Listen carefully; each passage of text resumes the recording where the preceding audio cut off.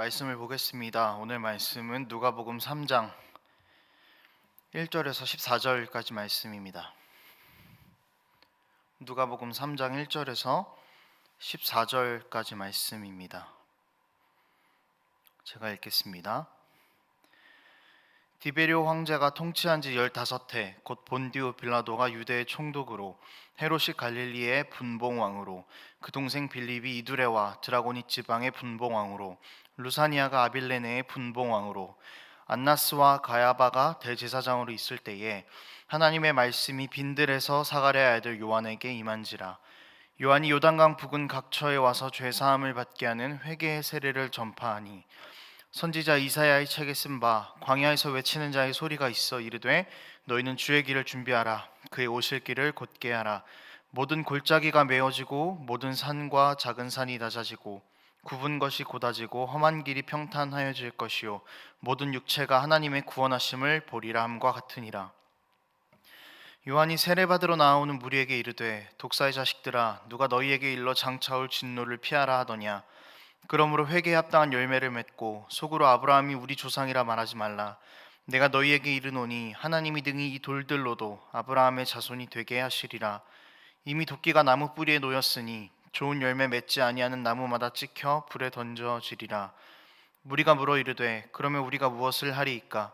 대답하여 이르되 옷 두 벌 있는 자는 옷 없는 자에게 나눠줄 것이요 먹을 것이 있는 자도 그렇게 할 것이니라 하고 세리들도 세례를 받고자 하여 와서 이르되 선생이여 우리는 무엇을 하리이까 하매 이르되 부과된 것 외에는 거두지 말라 하고 군인들도 물어 이르되 우리는 무엇을 하리이까 하매 이르되 사람에게서 강탈하지 말며 거짓으로 고발하지 말고 받는 급료를 족한 줄로 알라 하니라.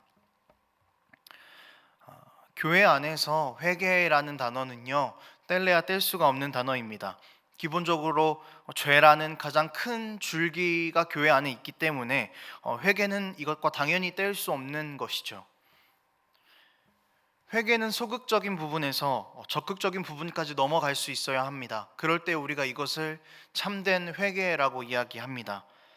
내 안에 죄가 있음을 깨닫고 죄를 미워하는 것, 이런 소극적인 행동도 회개이지만 내 안에 머문다는 점에서 한계가 있습니다.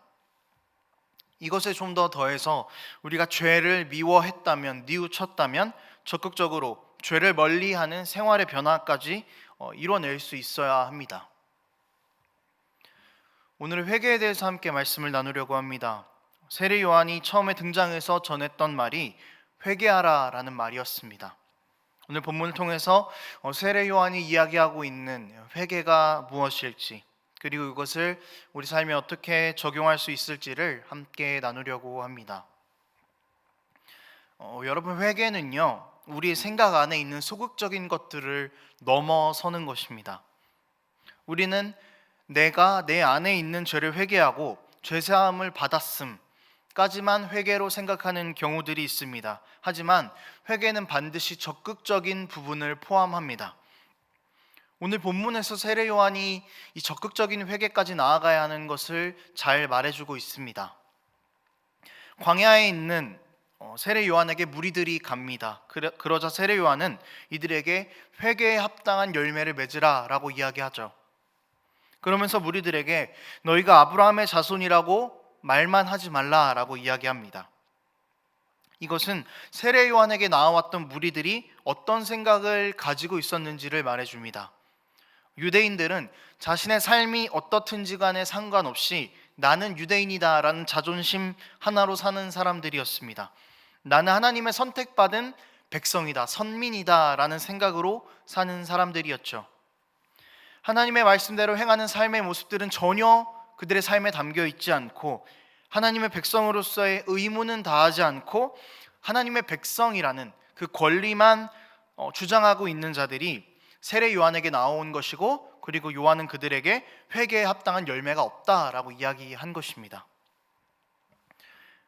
세례 요한에게 나온 자들은 무리들이라고 표현도 되어 있고요, 조금 더 구체적으로 세리들도 있었고 군인들도 있었다라고 본문은 말합니다. 이들이 세례 요한에게 그럼 우리가 무엇을 해야 합니까? 라고 묻습니다. 이에 세례 요한이 대답하죠. 일반 평민들보다 조금 더 누리고 있는 사람들이었던 것처럼 보입니다. 그들에게 세례 요한은 옷 두 벌 있는 자는 옷을 나눠주고 먹을 것을 많이 가진 자도 먹을 것을 나눠주라. 그리고 세리들에게는 부과된 것까지만 받고 그 외에 더 받으면서 너희의 뱃속을 채우지 말라, 도둑질하지 말라라고 말합니다. 그리고 군인들에게는 강탈하지 말고 거짓으로 고발하지 말라라고 말합니다. 세례 요한이 답한 내용들은 각 무리들의 상황에 맞는 그 적극적인 회개의 방법들이었습니다. 즉 각자의 삶의 영역에서 맺어야 할 회개에 합당한 열매의 조건들이었다는 것이죠. 본문 안에 몇 종류가 나와 있지 않습니다. 그냥 무리들, 군인, 세리 이렇게만 나와 있지만 우리는 이것들을 통해서 충분히 유추해낼 수 있습니다. 회개에 합당한 열매가 각자에게 다르다라는 것이죠. 우리에게 주어진 영역, 우리가 하는 일, 우리가 맡은 역할들이 다양하기 때문에 회개에 합당한 열매가 이 영역들 가운데에 들어있다라는 것입니다. 여러분, 우리는 회개를 조금 더 적극적으로 생각해야 합니다. 내 안에 죄를 회개했다. 내가 죄인임을 인정했고 나는 구원받은 하나님의 백성이 되었다. 이 사실이 너무나 중요한 사실이고 가장 중요한 사실이지만 여기서 더 적극적으로 구원받은 내가 어떻게 살아야겠는가를 고민하고 또 살아내고 삶에서 회개에 합당한 열매를 맺도록 적극적으로 우리가 회개를 해야 한다라는 것입니다. 더 가진 자에게는 나누는 것이, 힘 있는 자에게는 약한 것을 도움이, 공식적인 수입 외에도 조금만 돌리면 더 많은 이익을 창출할 수 있다고 해도 정직함으로 그것을 포기해내는 것, 또 남을 위한 법을 제정하는 것, 사람을 살리기 위한 일을 하는 것, 사람을 섬기는 것, 이런 일들이 우리가 삶에서 맺을 수 있는 회개에 합당한 열매다라는 것이죠. 회개에 합당한 열매는 결국 그리스도인의 정체성을 드러내라라는 말과 동일합니다. 겉만 번지르르한 그리스도인 말고 속까지, 그 삶까지 정직한 그리스도인이 되라라는 것입니다. 여러분, 우리가 회개에 합당한 열매를 맺어야 할 곳은 어딜까? 그 장소가 오늘 본문의 첫 부분에 등장하고 있습니다. 오늘 본문의 첫 구절을 보면은요, 이스라엘 안이 상당히 권력가들이 꽤 많았음을 살펴볼 수 있습니다. 이스라엘 안은 상당히 화려했습니다. 분봉왕들이 다 있고 또 군대도 있고 또 말씀을 가르친다고 하는 대제사장도 있습니다. 겉으로 보기에는 그곳이 정말 완전해 보이고 단단해 보이는 곳이죠. 그렇지만 하나님의 말씀을 전할 자격이 이들에게 주어지지 않았다는 것입니다. 회개의 말씀을 전할 자격이 이스라엘의 성 안에서 주어지지 않았습니다. 어디에 주어졌습니까? 2절에서는 이렇게 이야기합니다. 하나님의 말씀이 빈들에서 사가랴의 아들 요한에게 임한지라. 하나님의 말씀이요, 빈들에 주어졌습니다. 화려하고 강하고 오히려 하나님의 말씀이 가장 왕성할 것 같은 곳에 임하지 않았습니다. 하나님의 말씀은 하나님의 말씀이 전혀 없을 것 같은, 은혜라고는 찾아볼 수 없을 것 같은 빈들에 임했습니다. 이스라엘 한 중심부에서 권력에 취한 자들에게, 우리가 성경의 해석권을 가지고 있고 절대적인 권력을 가지고 있다고 생각하는 자들에게, 자신들이 가진 것만 누리고 남들이 어떻게 되든지 신경 쓰지 않는 사람들이 가득했던 자들에게 주어지지 않았다라는 것이죠. 오히려 빈들에 있는 약속대로 예수님의 길을 예비하러 온 겸손했던 세례 요한에게 주어졌습니다. 이것은 하나님의 말씀을 받은 자들이 무엇을 해야 하는가를 말해주고 있는 겁니다.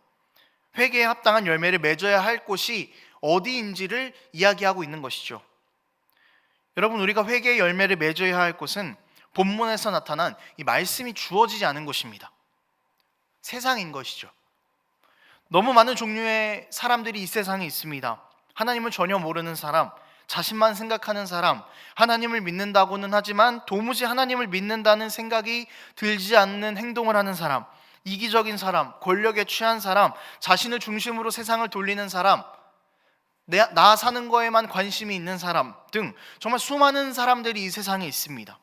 자신들이 다 가진 것처럼 행동하는 사람, 그러나 하나님은 하나도 없는 그 세상에서 우리가 회개에 합당한 열매를 맺어야 한다라는 것이죠. 이것이 오늘 본문에서 세례 요한이 말하고 있는 회개입니다. 없는 것을 어디서 나눕니까? 어디서 이득을 취하지 않습니까? 어디서 하나님이 주인 되심을 드러냅니까? 바로 세상이다라는 것이죠.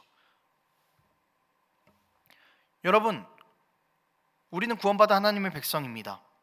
회개함으로 하나님의 백성됨이 우리 안에서 이미 확증이 되었습니다. 내가 죄인임을 고백한 회개가 우리 안에 있었다면 이제는 더 적극적으로 내 안에서 회개의 열매를 맺고 그 회개의 열매를 세상 가운데서 맺는 우리가 됐으면 좋겠습니다. 회개에 합당한 열매는 결국 삶에서 어떻게 하느냐를 말합니다. 삶에서 어떻게 그리스도인의 정체성을 드러내느냐를 말하는 것입니다. 먼저는 우리 삶에서 회개의 열매가 바로 맺혀 있는지를 생각해 보아야 합니다. 구원받은 그 감격만 우리 가운데 가지고 있고 세상에서는 열매가 어떻든지 전혀 신경 쓰지 않는 우리의 모습들이 있다면 회개해야 한다는 것입니다. 세례 요한에게 나아온 수많은 무리들 중에서는 그냥 세례만 받으러 온 사람들이 있었습니다. 세례만 받으면 끝이지 뭐, 이렇게 생각한 사람들이 있었습니다. 세례 요한은 그들을 비판했습니다. 삶의 모습에는 전혀 관심이 없던 사람들을 비판한 것이죠. 하나님의 백성이라는 권리만 취하고 싶었던 사람들을 요한은 비판한 것입니다. 그리고 그들에게 회개에 합당한 열매를 맺으라고 경고하고 있는 것이죠. 우리도 이런 모습에서 먼저 돌이켜야 합니다. 구원받았으니까 이제 나는 괜찮아, 여기서 안도하고 있다면요, 여러분, 이것은 완전한 회개가 아닙니다. 구원받은 내가 삶에서 합당한 열매가 없음에 대해서 안절부절 못해야 합니다. 치열하게 삶에서 회개에 합당한 열매를 맺기 위해서 싸워야 합니다. 그것이 완전한 회개입니다. 이 사실을 기억하면서 살아가는 우리 삶이 되었으면 좋겠습니다. 말씀을 정리합니다. 사랑하는 여러분, 회개에 합당한 열매는 우리를 참된 그리스도인으로 볼 수 있는 하나의 지표가 됩니다. 그리고 하나님께서 우리에게 이 열매를 맺으라라고 명령하고 계시고 우리가 이 삶에서 열매를 맺기를 원하고 계십니다. 소극적인 회개에서 벗어나서 적극적인 회개로 갈 수 있었으면 좋겠습니다. 나에게 주어진 삶의 영역에서 내가 할 수 있는 최선의 것이 무엇인지 생각하는 그런 시간이 우리에게 꼭 있었으면 좋겠습니다. 그리고 그 시간 이후에는 적극적으로 세상으로 나아가는 정말 힘 있는 그리스도인이 되었으면 좋겠습니다. 내 삶에서 열매를 맺어가고 또 회개의 열매가 없는 곳에 회개의 열매를 맺으며 먼저는 내가 참된 그리스도인으로 서고 세상 가운데 하나님의 나라를 확장시켜 나가는 그런 그리스도인으로서 서가는 우리 삶이 되기를 원합니다. 함께 기도하겠습니다.